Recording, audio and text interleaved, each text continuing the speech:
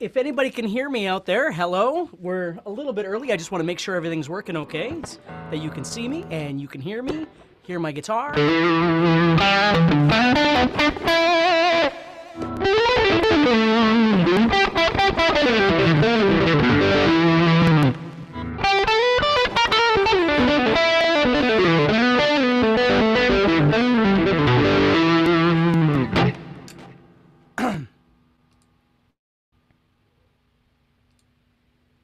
Hello, everybody. Hi, PJ. Hi, Donald. Hi, Grace. Glad you could be here this evening. Hey, Charles. Hey, Jack. Hey, Ed. Hey, Shane. Hey, Carl. Awesome you guys could make it this evening. Hey, Greg.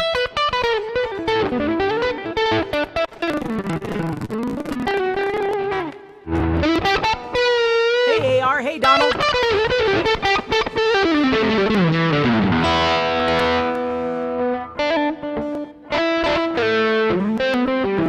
Cool. Hey, Bill. Hey, Brian. Hey, Jim. I'm so glad you guys could all be here this evening. What we'll do is, I've got a couple things I'm going to show you if you've got your guitars handy. The other thing I would recommend is if you have a piece of tab, like piece of tab paper or something, or just even a piece of paper where you can write down some ideas. Depending on how our conversation goes tonight, I've got a couple things I want to share with you that you could work on a little bit in your playing to try and spice things up a little bit. You know, I sit around and I tinker, hey Ray, and I play a little bit here and there, obviously, as I do every day. And then I come up with, I see myself playing and go, hey, I should show them this if I haven't showed them this already. So, hey Jeremy, awesome you guys could all be here.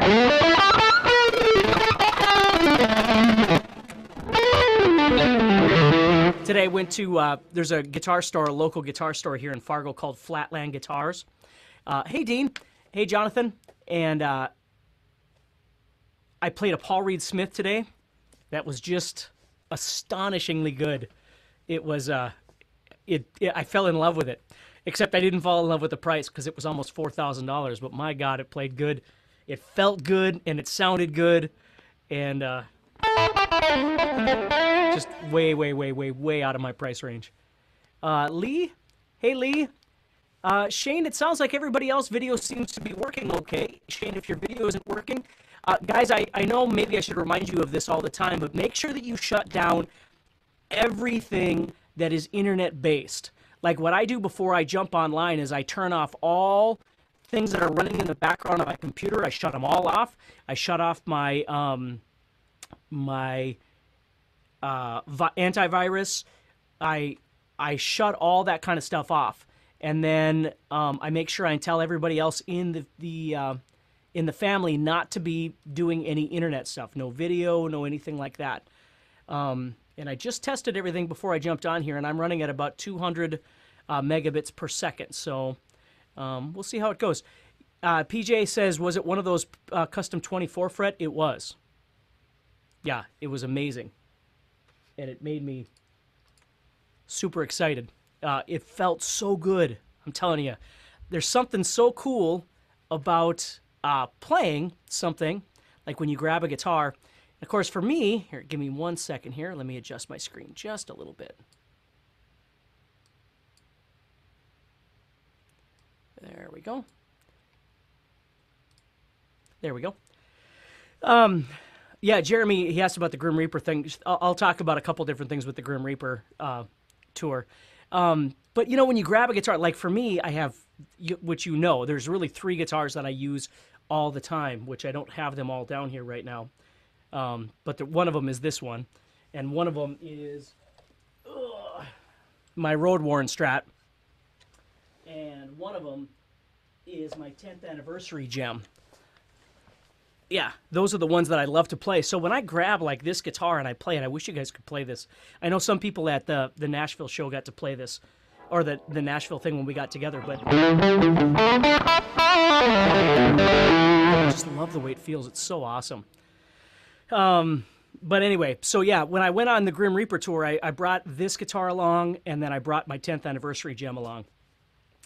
And so just to give you a real brief, so I don't waste your time, but with the Grim Reaper tour, it lasted 3 weeks, and we drove over 10,000 miles in 3 weeks. Hey, Kevin.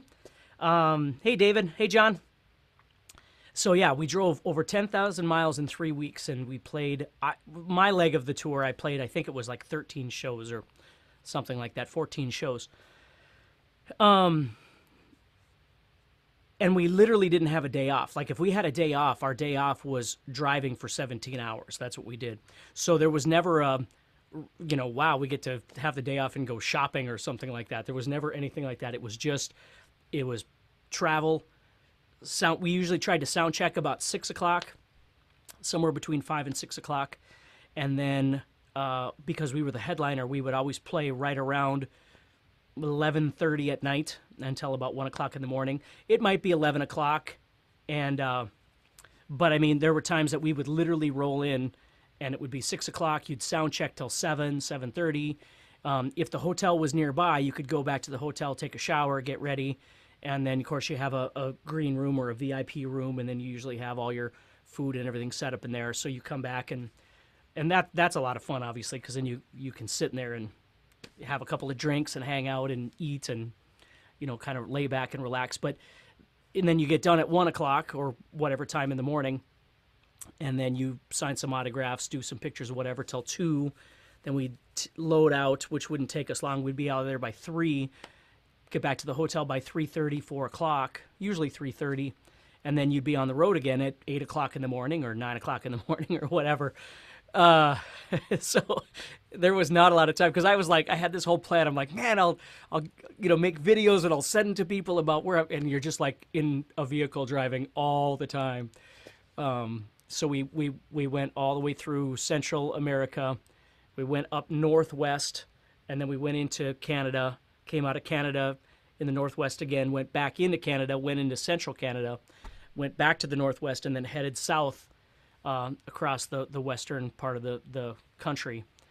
And but I mean, it's fun because the singer for Grim Reaper, Steve Grimmett, and I have been really good friends for a long time.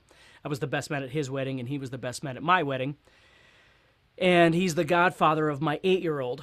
So we see each other. I'll see him again this summer. We're flying over there to spend some time with them this summer. So it was really nice being able to hang out with him.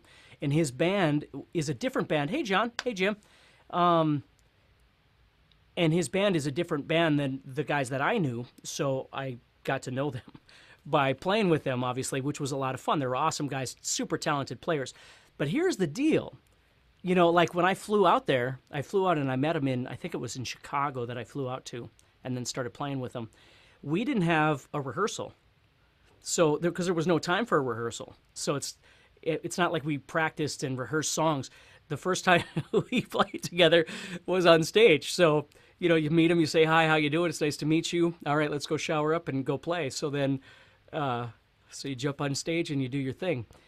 And I'm telling you guys, you never, and I've said this before, but you never want to lose an opportunity because of your lack of confidence or something like that.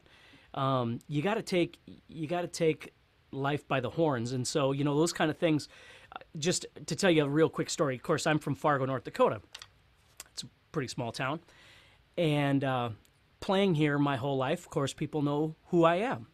And that's fine. It's not an ego thing or anything. It's just when you play out and, you teach 7,000 kids how to play guitar, everybody kind of gets to know who you are. And I remember I got an opportunity. There was a band out of Minneapolis, which is about 4 hours from me. Minneapolis is a much larger town, larger city. And I got an opportunity to play with a band down there. They were trying out guitar players. And I thought, man, that would be fun to go try out in Minneapolis. But I was nervous. I was like, wow, you think I could fit in Minneapolis, or will I just be like not a very good player? I'm big fish in a little pond kind of thing. And I went down to Minneapolis and I tried out with this band, which happened to be Avian, which I became best friends with those guys. And it was awesome. And I was like, wow, this is great. I can play. And so that's the kind of the kind of things that are really fun as a musician, is meeting other musicians that have been on these other journeys in their lives, and all of a sudden you cross with them and you want to make them proud to play with you, and you don't want to disappoint them. You want to do the best you can with not only your playing but your performance, all that kind of stuff. And yeah, it's just awesome. I love it. You know, being away from my family for 3 weeks, I used to do things like that, you know, 8, 10, 15 years ago. I did that all the time. But now as I get older, that's not really something that I do very often. But I mean, I will do some smaller tours like that once in a while, which is nice. And hopefully I'll have something else coming up. Just so you all know, I'm having surgery on my right foot in January. And then it'll take about 10 weeks to 8 to 10 weeks to heal. And then I'm having surgery on my left foot in April. So that'll take another 8 to 10 weeks. Because the key here is what we're looking at. Dan and I talked about this. I'm going to start trying to find ways to come out and see you more often. Not just once a year like at a Nashville thing, but come out and hang out with you. Go to different places in the States and then even overseas. Every couple of months, go out and meet people and hang out and play together and talk about music and talk about what you need, things like that. But these first 6 months are going to be really tough because I'm having these 2 surgeries on my feet so I can start walking normal again. So unfortunately, I won't be doing any touring like that either. The guys asked me to come over to Brazil and play for a month over in Brazil in January, but I'm having my surgery then. Jim says, come to Maryland. That's the key is we're going to try and get to lots of different places. That's kind of the trick. And then Bill says, what rig did you use with them? They had a Black Star 50-watt amp and 2 cabinet rig that I used, which was just fine. It sounded just fine. And then when we went out to California, I forget the guitar player's name for Body Count, Ice-T's Body Count. He brought out his rig at the LA show, which was kind of cool. But yeah, so it was really neat. It was really neat meeting people and hanging out with people and getting to know people and kind of rubbing elbows with people that I don't really get to do much anymore. So yeah, it was really neat. So I'm just telling you all, you gotta try and take advantage of things. It's really nice. And so, like I always tell you, the most important thing is keep trying to find your sound when you play guitar. I don't care if you're playing rhythm or if you're playing lead. Don't keep trying to become something you're not. Start trying to figure out who you are and how you can make that better. And that's something I'm going to talk about a little bit today. It's just giving you a couple little ideas of things that you could have some fun with in your playing. So if you do have your guitar handy and you do have a piece of paper and a pencil or a piece of tab paper or something, or you want to print one off quick, that's perfectly fine. I'm just going to show you a couple of things. Nothing really deep or anything like that. Just a couple cool little things you can do. So PJ says, come to Denver after you heal up from your surgery. That's the plan. Actually, I'm going to be out in San Diego in March. I have to go out there for a week and a half for, there's a thing called the Traffic and Conversion Summit that I go out and hang out with Dan at every year. And I thought, man, it'd be fun if we could get something set up out in San Diego. Again, you know, it's California, which is way far from where I live and might be from you too. But yeah, we'll see. So that's my game plan is I'm going to be working on this when the time comes and I can get healed up. I'm going to start traveling around and we're going to start meeting each other and hanging out more. So I appreciate everybody that's part of this Guitar Zoom community anyway, but certainly IGPA members is just huge. Jim says, how did you find a gem with those specific humbuckers? I went to Ibanez and they only see their pickup sets because they don't come with these humbuckers. Ibanez comes with whatever they usually use. Like a lot of the gems used what's called PAF Pros.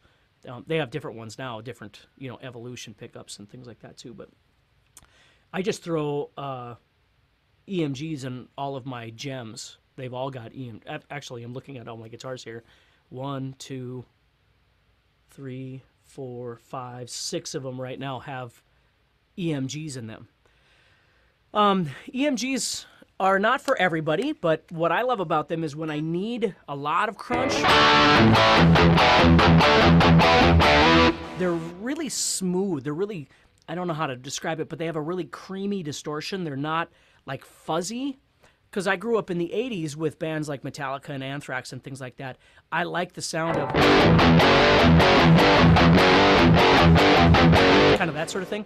And so EMGs fit that really well. But what I do like about them is, you know, I'll go to one of my single coil positions. So, you know, up 1 or up 2 spots or whatever it might be.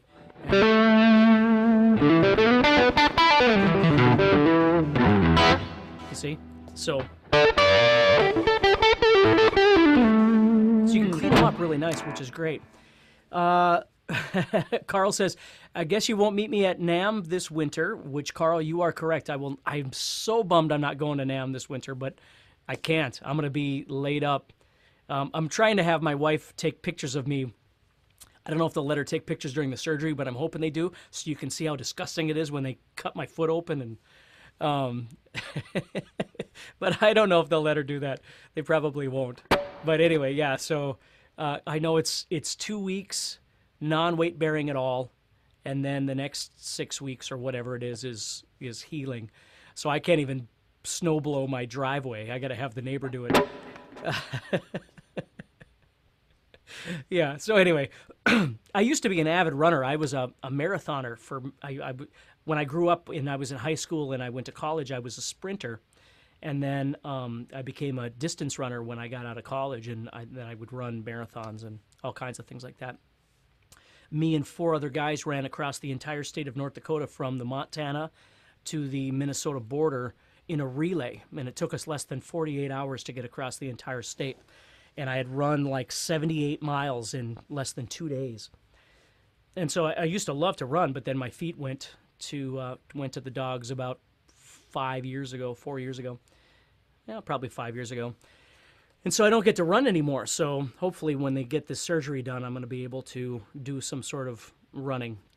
I don't want to waste your time with what's going on with my feet, but basically my big toes, there's no cartilage left in my big toes. They're all arthritis and they're collapsing. So my big toe is, I can't, when I stand, I can't stand putting pressure on my big toes because they hurt so bad, because there's literally like the toe is collapsing on itself. So it's expanding where the joint is supposed to be. There's no joints left. They don't bend. And then what happens is my second toes then are trying to support the weight of my body, and they keep breaking. And so I just got to get it done.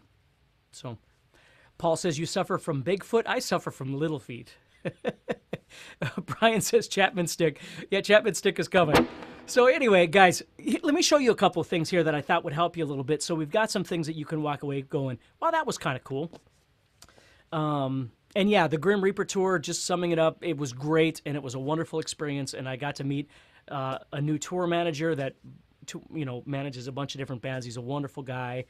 And the 2 players that I played with, it always sucks because they live in the UK, because you'd love to play and start a band and all these things, but it just doesn't work. It doesn't work that way anymore since I live in the US. But I'll see them again someday, I'm sure. So anyway, let me show you a couple things. What I was going to show you, a lot of times people get kind of caught on, which I totally get. Every once in a while, I'll come across a pattern or an idea on the guitar where I'll go, wow, that's a really neat, unique way of seeing the guitar. Like, let me show you what I mean. Like, if I was in the key of E minor pentatonic, usually you just do this, right? Or you might add in a blues note. Right, that sort of thing. But there's a couple of patterns I want to show you that I use a lot that I really, really, really love, that are a little bit different. They look different, they feel different. So again, I'm going to go through this nice and slow. Everybody, if you're out there, which I know you are, tell me yes or no if you have a guitar available. And if you don't, I'm going to post the replay in the members area, the IGPA group anyway, so you can watch us. But give me a yes or no if you do happen to have your guitar available. If you can go grab it, or if you already have it in your hands, or whatever it might be.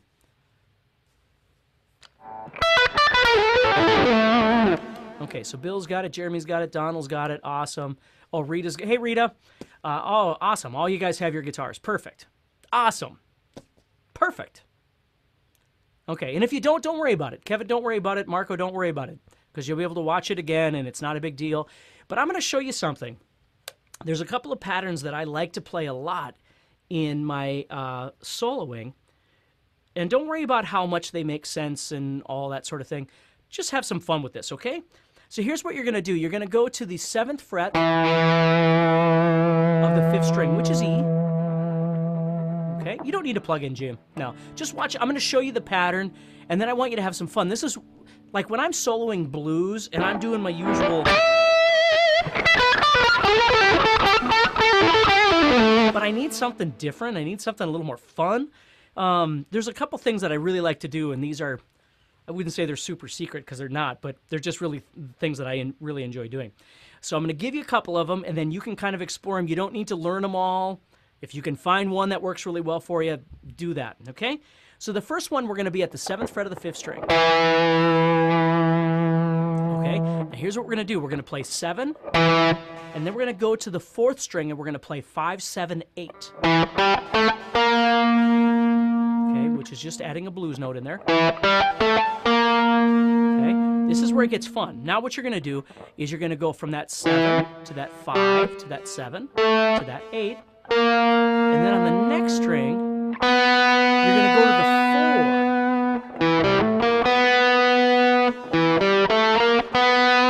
Now it's really just like going like this. That's all you're doing, is it's just a pentatonic thing. But keep following me here. So we got 7, 5, 7, 8, 4. Then we're going to go to 7. Okay.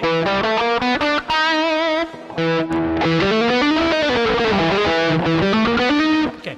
Now it gets kind of weird here. It doesn't necessarily make any sense. Just please follow me because it's kind of fun. Okay, so I'm going to go 7, 5, 7, 8, 4, 7, 8. Now that 8 sounds kind of funky. And then what you're going to do is you're going to head up to the 5th fret of the 2nd string. So you have 7. And again, if you have a piece of paper, you could just, even if you don't have like tab, you can just write down like the numbers. Just write 7, and then a little bit further up, write 5, 7, 8. A little bit further up, write 4, 7, 8. A little bit further up, write 5.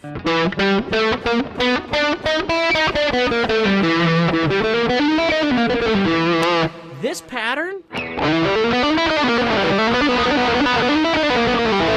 have no idea where I learned it from, but I use it all the time in my blues when I want something that's a bit crazy. It's a bit outside.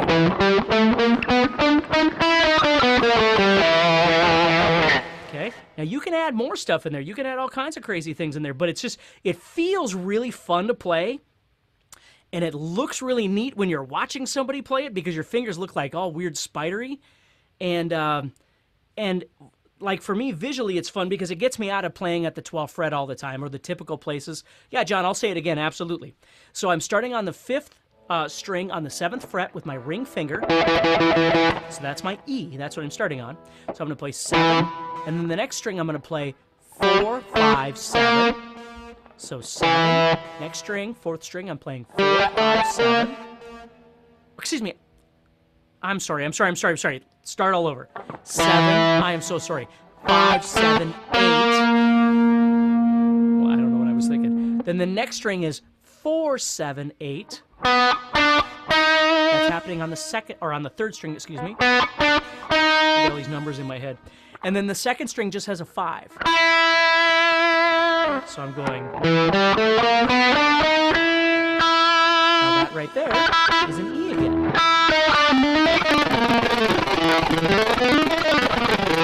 So what you could do is you could practice it all sorts of ways. What I like to do with it is I'll use a series of hammer-ons and pull-offs. So I'll play like this, and I'll hammer on, and then that 5, and then pull-offs.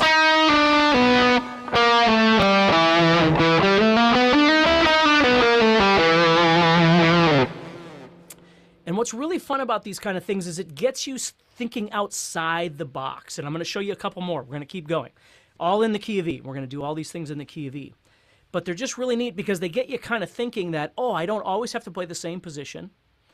And like I battled for years with this thing in my brain that said, well, if it's not part of the scale, then I shouldn't be playing it because it's a wrong note. There's no such thing as a wrong note. There's no such thing. The only thing is playing outside notes, we can call them, at the right times, or as passing notes, right? If we're playing an outside note, it might not be something that we want to emphasize because it might actually sound wrong, which I guess in theory it kind of is wrong. But if you're playing it in conjunction with other notes, it begins to sound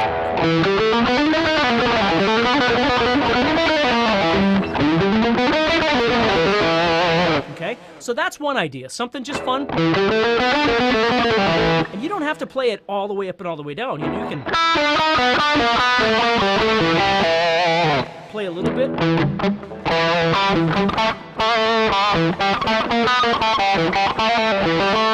Like another thing I like to do is I like to slide into my little half steps.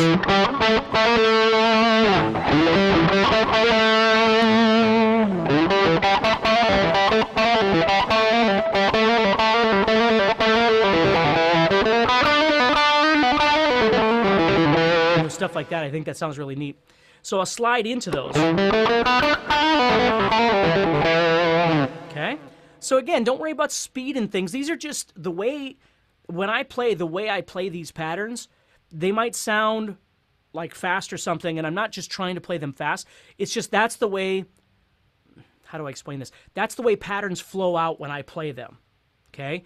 So it's not just the notes that I'm playing, but it's the way that my fingers move. There's a lot of the things that I do where my fingers move very much the same way.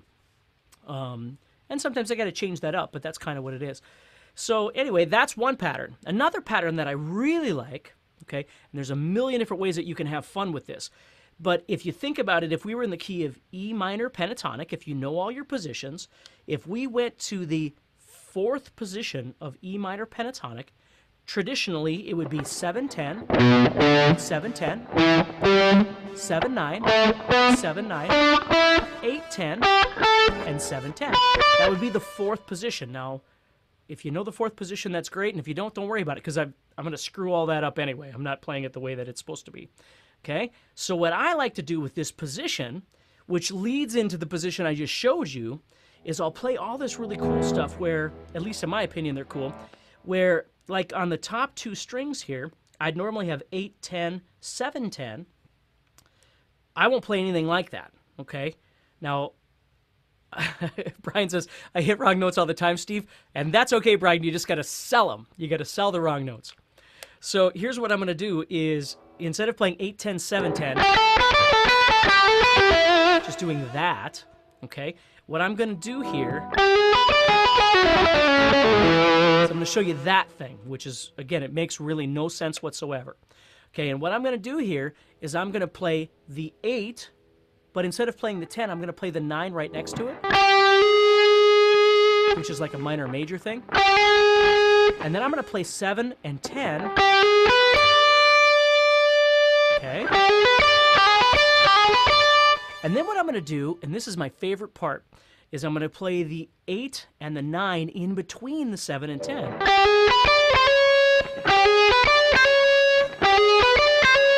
Which is like jazz. Now you'll notice I'm doing it as a hammer-on from the 8 to the 9.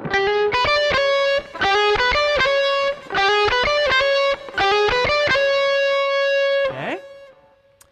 So try that out first. Just try that 8 to 9.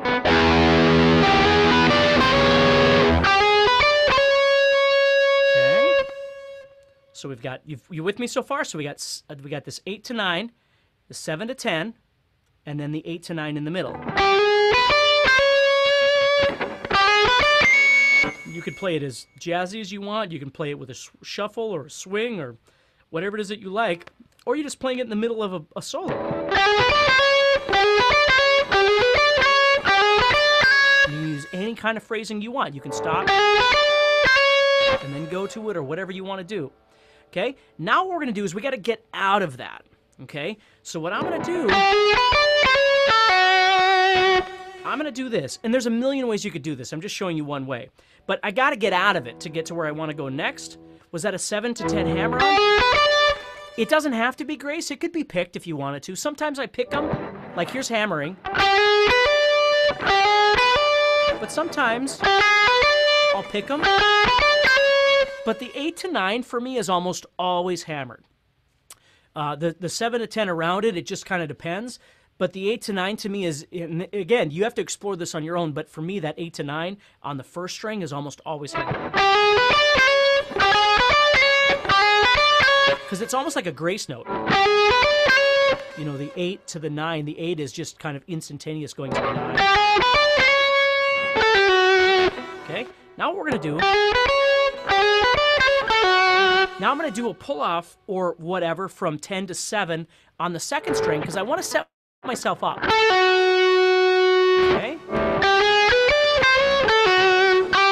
So I'm going... Okay? Then what I'm going to do, after I do that pull-off from 10 to 7 on the second string, so I have 8, 9, 7 to 10 on the first string, however you want to play them. Then there's the key little 8, 9 thing. And then I'm going to do 10 to 7 on this second string, which are outside notes again, because I started with the 8, 9. Now I'm playing the 7, 10. Okay? Now what I'm going to do is I'm going to play the 9 and the 7 on the third string as a pull-off. And I'm going to slide down to the 6. Okay? Now again, don't worry about how fast it is. Try and visualize this shape that we're creating, this 8 to 9, 7 to 10, 8 to 9, and now we're just going to drop down. We're going 10, 7, 9, 7, but then we got that slide, and then I'm going to play 7, so we went from 9 to 7 to 6, and then I'm going to play 7, 6 on the fourth string. Okay, now listen just a second for it.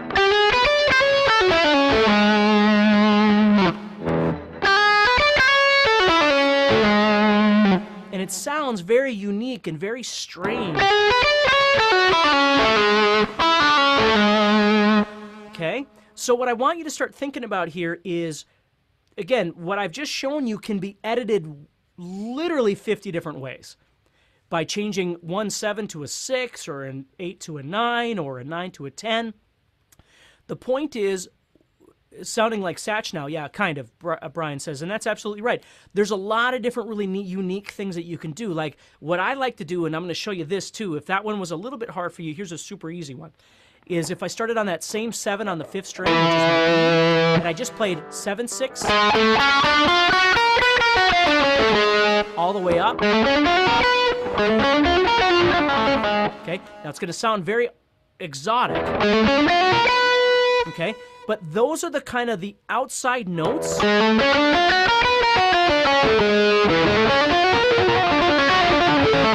if I was playing a blues song, I wouldn't do that, right? But I would use some of those in conjunction with what I just showed you, right? So if I went, for instance, I have 7, 6, 7,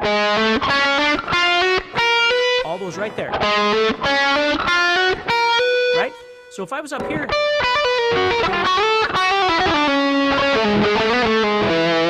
I've got all these notes outside there. Now I can do traditional blues stuff and blend it in with some of these things.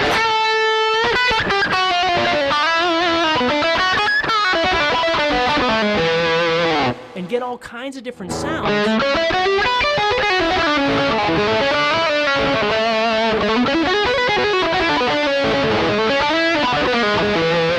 You see? So, and again, I'm not trying to play too fast, and I don't want you to get every lick that I'm playing because I don't even know what I'm playing. But the point is what I do is I start with a palette. I start with a skeleton of something that I can see.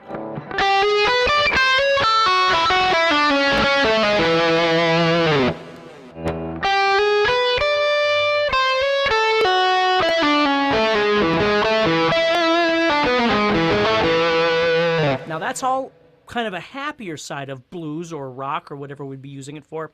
It's not the minor side. It's more of the happier side. Where this one is more the minor side, the darker side.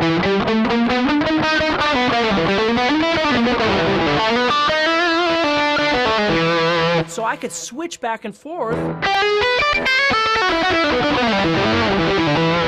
between those two patterns. And see, this is what I spend a lot of my time trying to work on is I kind of already have a flow idea of how my fingers like to work together when I play guitar. What I'm trying to do is figure out more unique things that I can do that aren't just the same things all the time. You know, and not that I don't like the same old, I do. I use it all the time. But it's nice to break out of that. And then do something that's kind of unexpected.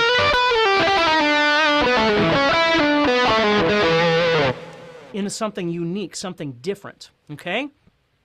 So again, just so everybody kind of understands, my my foot just fell asleep. So my first pattern, to go back, the first pattern was 7, 5, 7, 8, 4, 7, 8, 5. Okay. Just sounds really fun and looks really neat and that sort of thing. The second one is a conglomeration of a number of different things.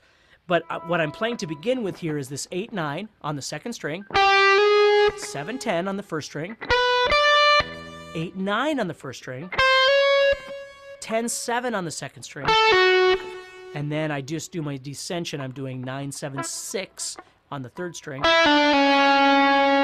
leads me to that 6-7 stuff all over here, all that 6-7 stuff.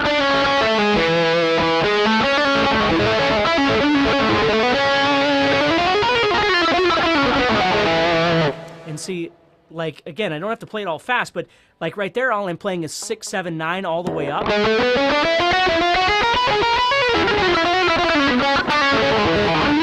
You can get some really neat sounds. But again, you got to find the right place for it, right? So if I'm playing blues, so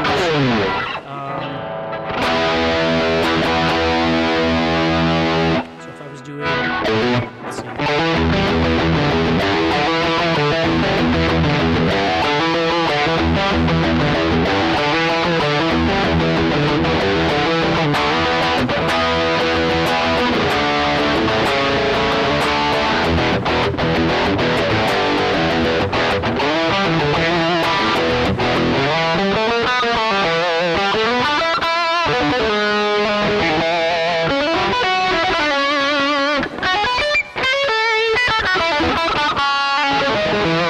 See how I'm combining all these little things together? It's not just like, here's the pattern, so I have to play the pattern. It's not that at all. I'm just seeing clips of it.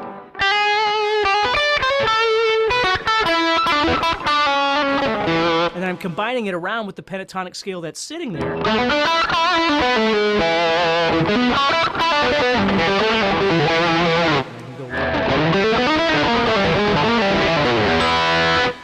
You kind of following what I'm saying? Am I going too fast for you? I hope not. Because again, there's two things in this world. There are licks, which is not really what we're talking about, and there's skeletons. There's these, I can call them a pattern, but it's really this skeletal thing that you're looking at and trying to figure out how you can make something interesting with it.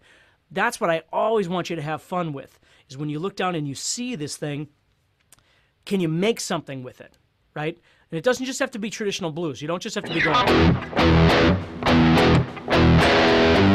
You don't have to do that. It could be anything that has a rock and roll feel to it. Those are the best ones for me, because then I can get in there. I can do some typical minor pentatonic. Then I can break it up. Something completely different outside. So your brain is going, those aren't the notes that I practiced when I was practicing. And you go, forget it. Has nothing to do with that. Okay, have some fun with it. Jeremy says, how would you recommend memorizing where the pentatonic expansion notes are in each pentatonic box? Yeah, one box at a time until you have each one. Yeah, Jeremy, this is my opinion. I mean, everybody's different in how they like to memorize things. But I think the best thing you can do is always start off, in my opinion, by building the framework of your pentatonic to begin with before you add any... now, again, it doesn't mean you got to do it on an absolute level and all that sort of thing. That's not what I'm saying. I'm saying there's a lot of fun for me in moving around the guitar. Even if it's not diatonic and it's not expansions and all that thing, there's something frickin' cool about being able to play moving around the fretboard. Even if it was straight pentatonic. Okay? So for me, Jeremy, there's two ways I would approach that. Number one is I've got this ever-expanding framework of the pentatonic scale that I'm mapping on my fretboard, which, again, is only 5 positions, and it's not as bad as you think it is. It's just you got to spend some real good quality time with it. But the more you can understand this framework, this is what enables you to move around and be creative with your fretboard. Otherwise, you have this. And you and I both know that this gets boring after a while. This gets old because you're doing the same things over and over and over. This gives you so much more power on your neck to get creative because there's so many things that you could do. Okay? Then what you do is you start dropping in other ideas, like the ideas I'm giving you right now, or the pentatonic expansions, things like that. It doesn't mean that you can't start messing around with expansion notes before you have this whole framework built, because you can, absolutely. What I'm saying is I think the biggest problem that people have is that they get that first position or maybe the first and second positions and they just get stuck there because they're not sure what master to serve before they move out from there. Like they have to do some, reach some level where they can, before they can move out to somewhere else. And what I'm telling you is one of the coolest things that you can do is when you're jamming is to look down, even if it's just pentatonic. And by saying that, it sounds like I'm saying pentatonic is just something, and it's not. Pentatonic is one of the most important things you could ever learn on the guitar. But when you look down, you want to be able to see all of these options, and you can go, well, I'm going to go here, or I want to go here, or I want to go here, or I want to move, whatever it might be. I want to move around. I want to have some fun.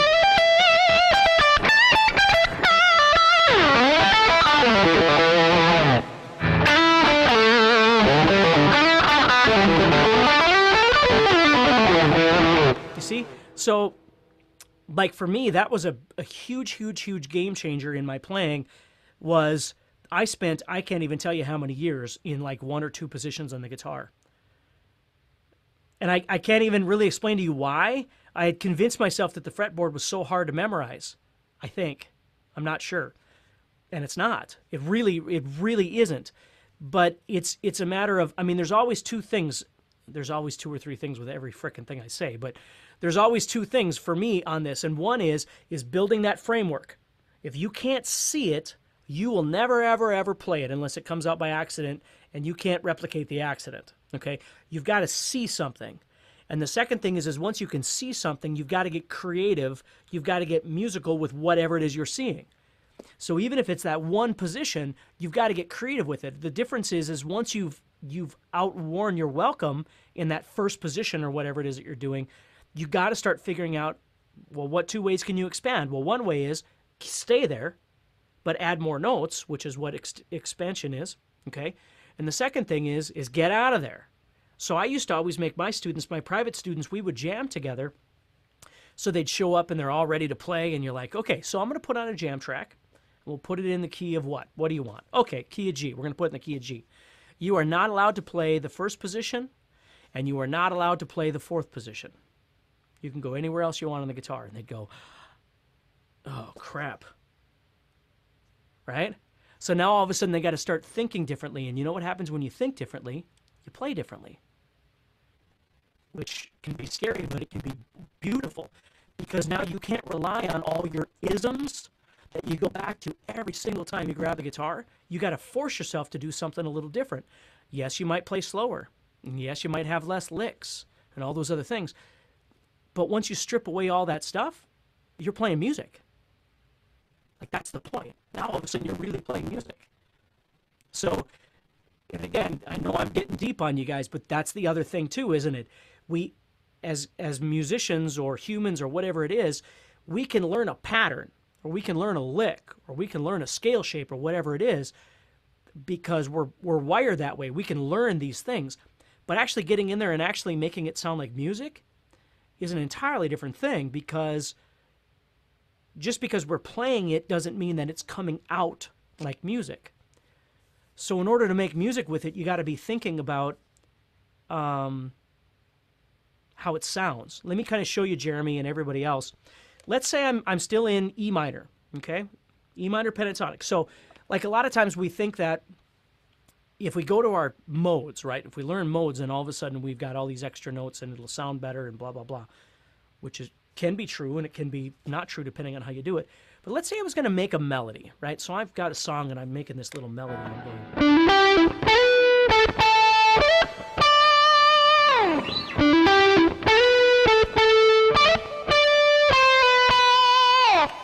Okay, so what I'm I'm doing right here, and again, you're going to be able to watch this, and I'm not trying to bog you down with a bunch of tab. I'm just showing you, okay? I'm in the first position of pentatonic at the 12th fret, and I'm playing pentatonic the whole time, except for the end. So what I'm doing is I'm playing on the 4th string, I'm doing a hammer-on, which is like Smooth by Santana. It's kind of what it sounds like now that I'm doing it. But I'm doing a hammer-on from 12 to 14. Then I'm going to...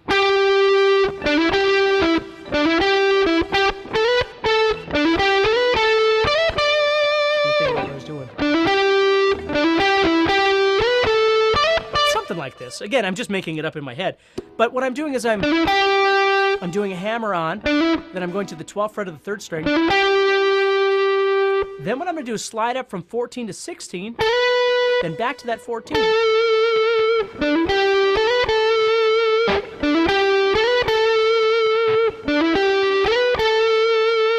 And see, there's no expansions or anything, it's just pentatonic. But you're playing it more in a melodic sense, instead of going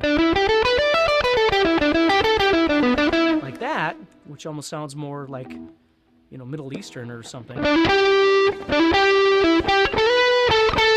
know, just have some fun with that.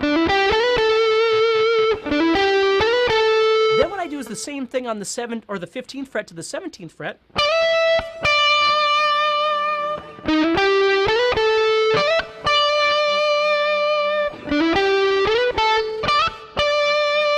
Now think, like if you were listening to that, I can hear the second one wanting to go lower for some reason.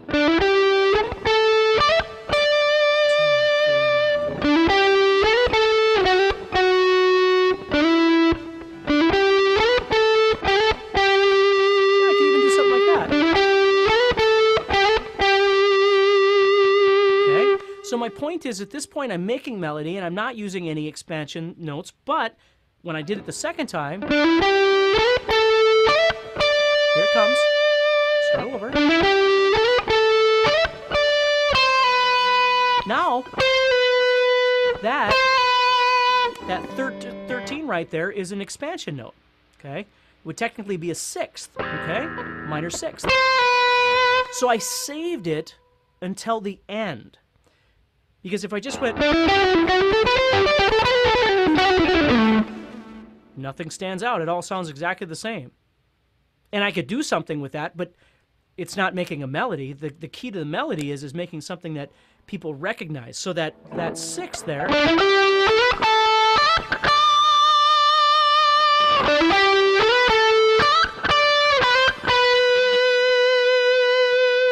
sounds really nice. You see? So there's a million different ways that you can approach playing guitar, and the main thing is at some point in your practice, and I've got a new course coming out in January that will be talking about organizing your practice and how to practice the right things to save yourself time and blah, blah, blah, all those kind of things. But the big thing here is every once in a while for you, for everybody that's here right now, you've got to step away from the technical aspect of playing guitar, the visualization, and again, don't get me wrong, you need these things. The visualization and the practicing the finger exercises and blah, blah, blah. And you've got to step back and you got to start being able to make actual music with what you're doing. That's the point of all this. Now, I've had students before that have come in, you know, for guitar lessons, and they go, I never want to learn how to improvise. I never want to learn how to write songs. I just want to play songs by Nirvana, because that's all I want to do. And I don't knock them. It's not my job to knock them. If that's what they want out of guitar playing, God bless them. They can do whatever they want to do. As long as it's making them happy, I don't care what they do. But I would say most people want more than just playing songs. At some point, they'd like to be able to start becoming their own people, right? Their own player. And so as you continue working on whatever it is that you're doing in your practice, in your daily or weekly practice, however it is, you need to start making sure that you spend time nurturing the actual music aspect of stuff. Now, I don't have a jam track set up or anything, but this is something that I just love to do. I'll take a, let me do this. I'll take just a chord progression, like I'll download a jam track or whatever, and it'll be like...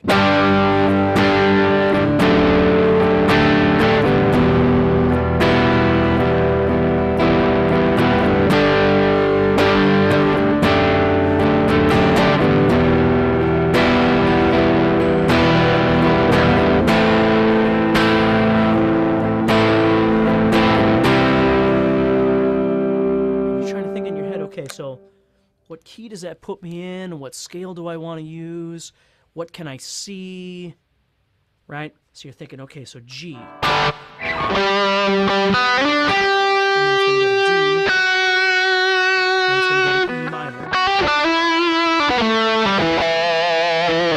then it's going to do it again, so I got to have G again. D comes up. E comes up. And I do like a bluesy thing because I didn't have that before. That's the point, is now you're taking all of these experiences that you're having as a guitar player, whatever they are, whatever your path is, okay? And you start trying to put it together somehow, you know, and you can use a piece of paper. I do this all the time, and I'll write down, okay, I liked that I started in G, I was following the chord there. In D, I went up here, and then E minor, I just jammed some blues. Okay, so let's start building an idea here, because this jam track that I'm talking about, you can solo over 1,000 times if you want to, right? You don't have to just do it once and it's either iconically wonderful or it sucks horribly. You can build a framework of whatever it is that you want to do with it. So, you know, and it doesn't mean that the solo is the same every time. Maybe it is, maybe it isn't. But that's what I like to do, is I'll take a chord progression and I'll listen to it and I'll start thinking, okay, I'm going to try and play this, but what parameters do I have? What can I see in this key, in this tempo, with this groove, right? In this scale, or whatever it is I'm going to do. What licks do I have? So that way I'm not just going, or whatever it is. And I don't just want that. And I'm not making fun of it, anybody. I'm just saying, that's not what I want. I want to try and figure out, I want to sing on the guitar, and I want to make some connection to the rhythm that's being played underneath. I want to make music. I don't just want to play, I want to make music. And once I've established myself... No, I don't like that, so...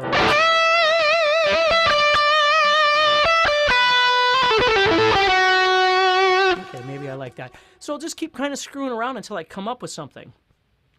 So hopefully that helps you guys a little bit. I know I'm going through a lot of different stuff here. It's just different cosmic ideas, and I want everybody on here to understand that your job isn't to grasp everything. Your job is to grasp one of these things that I'm throwing at you. Just one of these ideas, something that changes it. If you get two, you got twice the bang for the buck, right? Which is great. But you don't have to get it all. But so much of guitar playing for me comes down to, there's the physical aspect, there's the visual aspect, and there's the creative aspect. That's what playing is to me.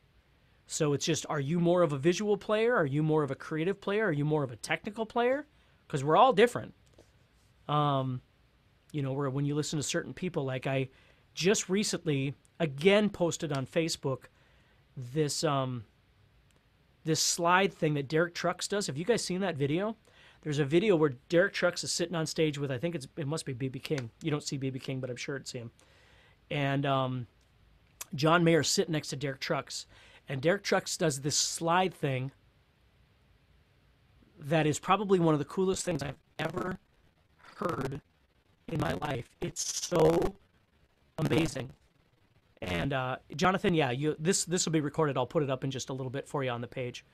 Yeah, John, have you seen that? Have you seen that thing? It's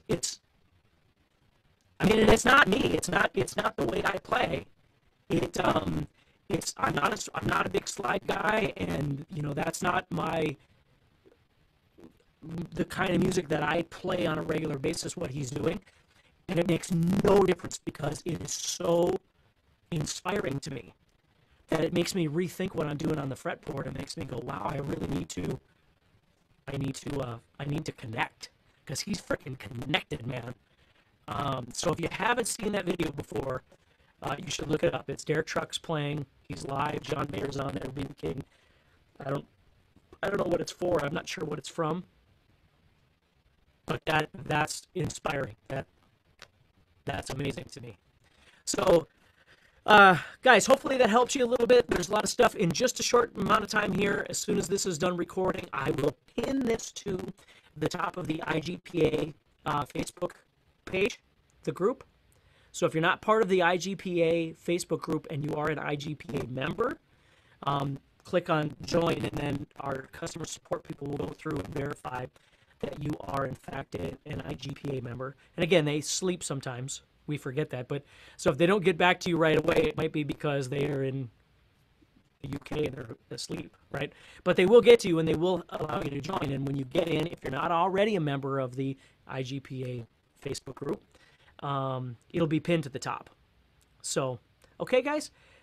Yeah, Eckhart says Derek is doing a melody, no scale. That is true, but remember, a melody is still a scale, right? I mean, it's still, like we talked about today, it's still part of something larger, but you're learning how to step outside of it, which is true. And for me, Derek, what Derek's authentically doing in that video of Derek Trucks, he's singing. Like, you can hear a soul singer. You can hear an R&B singer in his playing. You know, it's not just a guitar player playing a solo. He's freaking singing. He is locked in. So it's so amazing, guys. Donald says, prayer to you for safe surgery. Thank you, Donald. I appreciate that. Yeah, Merry Christmas to everybody. Have a safe holiday if you're traveling at all. I don't know if I will be talking to you before my surgery, but I won't be out for that long. I mean, the way it was explained to me is the first 2 or 3 days I'll be pretty much zonked out until the pain starts subsiding, and then I'll be back up and won't be hopping around too much, but I can certainly still be in front of a video camera. So that's not a big deal. So everybody, yeah, have a great holiday season. Have a great, safe Christmas and safe New Year's and everything like that. And again, this will be pinned to the IGPA group on Facebook, so you can watch it, take notes, whatever. Everybody take care, stay positive, and Shane, galloping tips, I'll have to get that the next time, buddy, okay? But I will get it, I promise you. So everybody take care. I'll talk to you soon, okay? Bye-bye.